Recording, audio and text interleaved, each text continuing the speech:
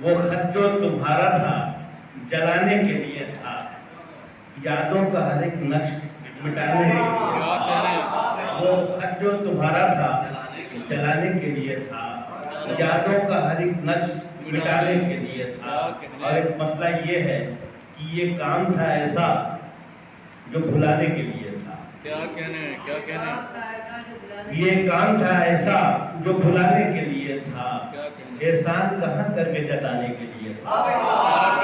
क्या ये काम था ऐसा जो भुलाने के लिए था, एहसान कहाँ करके जताने के लिए था। क्या कहने भाई।